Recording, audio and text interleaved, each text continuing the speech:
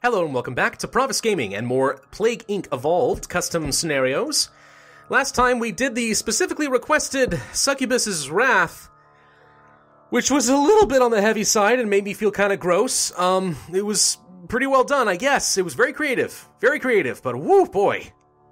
Gross, gross, gross and disturbing.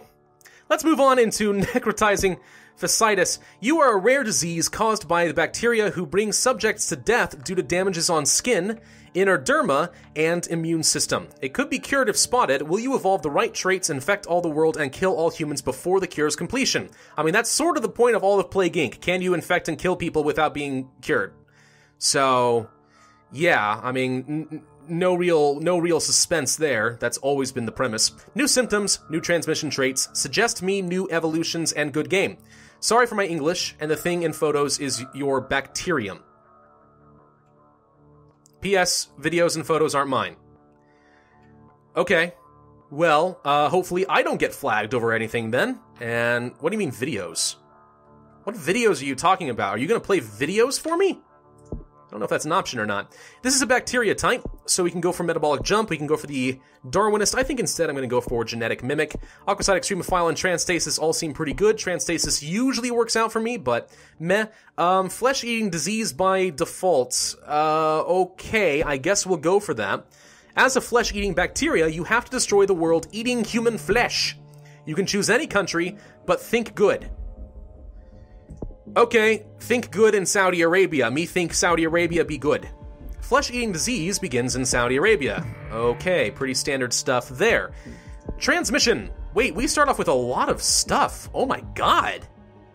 Holy crud, so many free symptoms. Alright, transmission. I like seeing a ton of transmission because that means my transstasis was a good pick. So we have our birds, we have our rodents, we have our insects, we have blood, water, air, livestock, and excrements.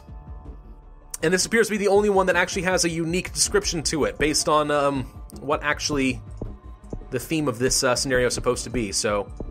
Okay, pretty standard stuff across the board. There's just an absolute ton of it, which can be a good thing, or at the same time, it can also be very distracting, having too many transmission options. So be careful when you do things like that. We start off with rash, sweating, and skin lesions, which will lead to necrosis, and you know how much I love that necrosis. We also start off with cysts, abscesses, hypersensitivity, and thrombosis. I may want to get rid of thrombosis. That's a little bit lethal, and I will. Let's get rid of the thrombosis. It costs 0 DNA. Apparently I can get it back for free because that's what I started with. So yeah, no reason not to devolve it then. It was free to devolve. Let's get rid of the lethality, and I can just pick it up later for free when I want to. Abilities. We have Bacterial Resilience, which is standard. We have our Heat, Cold, and Drug Resistance. So nothing new in the abilities tree then. A lot of free symptoms, and so many options for transmission. Yeah, I mean, having choices is great. It really is, and I appreciate that rather than having too few transmission options, but at the same time, be careful you don't overwhelm your players. You know, you don't want to go too crazy. Upgrade lets ships be infected again because they did have sterilization filters. This is different. Can't touch this. Sorry. Gives bacteria the ability to spread by touching infected bodies. That's basically a weaker form of necrosis, which is good for me. We're going to save up for some air, I think, because we are in Saudi Arabia. It is arid and it has a very good airport. So whenever you start in Saudi Arabia, air should always be a high priority, followed by water. The reason I grabbed the water is because I knew that the water filters were going to cause an issue from the ships. So we're going to go for air. Wind. Pathogens. So here's something new. Pathogens could be on an animal's fur, and could be transported by the wind. Gone with the wind is what you're trying to say? Yeah. I feel like this should be locked behind livestock, so you have to get both in order to get this, kind of like Extreme Bioaerosol, but apparently not. We're going to go for the birds instead. And, oh, alright, fine, we'll go for wind. We'll go for it. Why not? We have so many transmission options, we might as well just double down as hard as we can on transmission. And then the only real symptom I need to pick up to win is necrosis. And we'll pretty much just win straight up like that. So, we're already spreading remarkably quickly. Let's go for more birds. Let's go for Air 2, which will allow us to spread to some of the other continents a little bit faster, I hope. And now let's go for some more water. And that leads to Extreme Bioaerosol, but with a slightly different picture. This is the usual symbol for Extreme Bioaerosol. Now we just have a star. Okay. Well, we should probably get some resistances kind of early on because we're already spreading remarkably fast. Like, holy crud, we're spreading fast. There's necrosis whether I like it or not. Okay, let's go for the drug resistance and the bacterial resilience to make us better in the cold areas. Wow, holy hell, we are spreading fast. I'm a little bit worried about that. Let's go for the can't touch this so that the infected bodies are extra infective because we already have necrosis. Let's double down on that. And can't touch this too. Pathogens spread toxins from dead corpses. Okay, we already know that. Thank you. Appreciate it, though. Let's use some points on some cold resistance directly, and then I'll worry more about some more bacterial resilience. Actually, I'm not too sure. There's no clear stat as far as how effective a resilience is. So, bacterial resilience makes you more survivable in cold and hot climates. Is that the same scale as cold resistance? So, cold resistance increases by 1, cold and heat resistance increase by 1 as well? So this is always better? I'm not too sure. I always would like to think that the specialized resilience is a little bit stronger than the jack of all trades, but that may not be the case. I have a feeling this is going to be a very short video, because we are spreading outrageously quickly. We still need to get to a whole bunch of islands, though, which scares the ever-loving crud out of me, so let's get the bacterial resilience. I need to increase water transmission now. Thank you, Extreme Bioaerosol. Let's hope that actually can get me to some of these islands, because we're spreading so fast in a lot of different countries, but the countries that have boats that go to places like Greenland are not actually doing much of anything for me, so the lethality means that we actually could lose. In fact, I may want to devolve necrosis. In fact, I need to. I need to devolve necrosis. If this kills and they shut down their water ports, then I just lose the game outright. We cannot afford to have mutations screw us over. We've been placed on the watch list. Okay, we did get to a few more islands. Good. Good.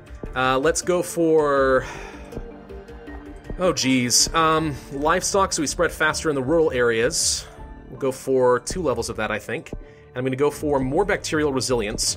And then there's extreme bacteria. Bacteria can survive in dead flesh for weeks. This is a little bit different than normal. I'm going to go for the drug resistance instead, because that is more potent overall. We are spreading really, really fast. Now we have a little lethality from the fever.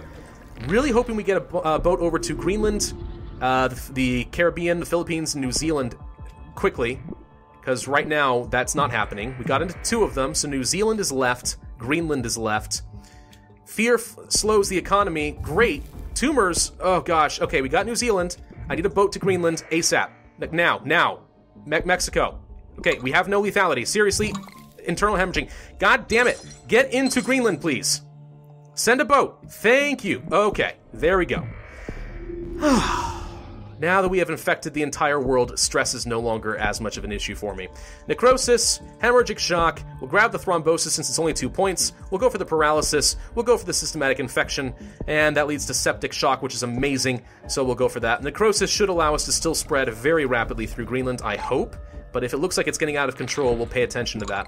But I think we're going to be fine. Hemophilia just developed for free, let's go for the septic shock, let's go for the immune suppression, and let's go for the sneezing.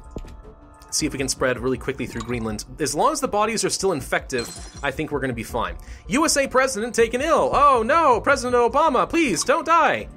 We love you. Awkward pause there. Greenland's just, oh my god, Greenland just exploded. This is one of the fastest scenarios I think I've ever done.